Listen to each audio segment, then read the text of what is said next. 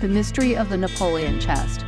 The Battle of Waterloo was fought on June 18, 1815, between Napoleon Bonaparte's French army, 72,000 strong, and a coalition of 68,000 British, Belgian, Dutch, and German soldiers, led by the Duke of Wellington and Field Marshal Gebhard von Blücher. The decisive battle concluded a war that had raged for 23 years, ending all French attempts to dominate Europe. Waterloo also turned out to be Napoleon's final battle. During one of the skirmishes, Napoleon was hit in the thigh by a musket ball. His physician, Dominique Jean Larrey, attended to him. Larrey was an important innovator in battlefield medicine and is often considered the first modern military surgeon. Allegedly, the German general Wilhelm von Munchausen, about whom there is no information at the Battle of Waterloo, acquired Dr. Larrey's medical chest and took it back to Germany with him. As Dr. George Keidel was preparing to move his family to America, General Munchausen was purported to have presented Keidel with the Napoleon chest as a mark of esteem and affection for having brought him through a serious illness. Dr. Keidel and his children arrived in Baltimore in 1853,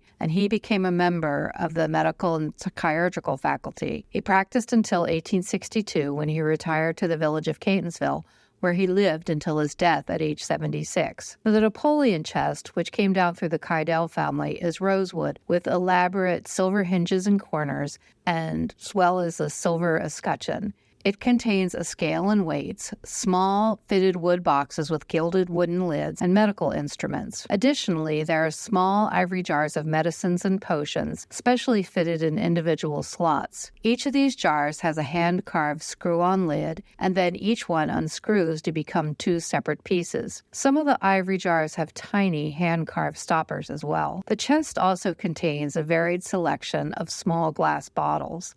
There is no question about how the faculty acquired the chest. In 1927, Mrs. Pauline Sattler, the granddaughter of Dr. Keidel, wrote to Dr. Julius Friedenwald to let him know that she and her mother would give the faculty both a Napoleon chest and a bust of Dr. Keidel. The bust would be given immediately, but the chest would come to the faculty upon her death. The chest is mentioned in the faculty's bulletin in 1929, just after Mrs. Sattler's death. The article gives the provenance of the chest and mentions that it came from Baron von Munchausen and has been a greatly prized and jealously guarded relic. The chest was presented to the faculty at a meeting on April 23, 1929, by Dr. George Keidel's son, Dr. Albert Keidel.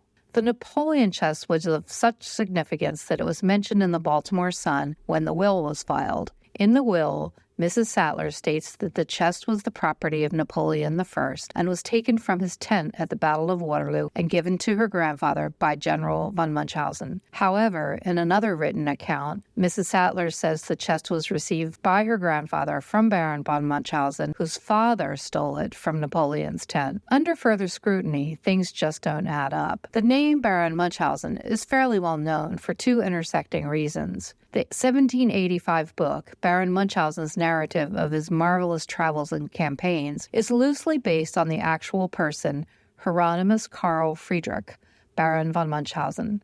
The book fictionalizes Munchausen's outrageous tales based on his exploits in the Turkish Wars of 1735 to 1739. These fantastical stories, including flying on a cannonball, being swallowed by a whale, and riding a seahorse under the ocean, have been made into several movies, the most recent of which was filmed in 2012. Additionally, Munchausen's is the name given to a psychological disorder marked by attention-seeking behavior. A person may repeatedly seek medical attention for falsified or exaggerated symptoms for themselves or others, or repeatedly act as if they have a physical or mental illness which doesn't exist. So that is the story of how the medical and chirurgical faculty came to own a medical chest allegedly used on Napoleon at the Battle of Waterloo. But how the Napoleon chest was originally acquired remains a mystery. If you enjoyed this video, we'd appreciate it if you could leave a like or a comment below. And don't forget to subscribe to our channel to get alerts for future videos. For further insights, feel free to explore our history blog at medkaiarchives.blogspot.com. Thank you.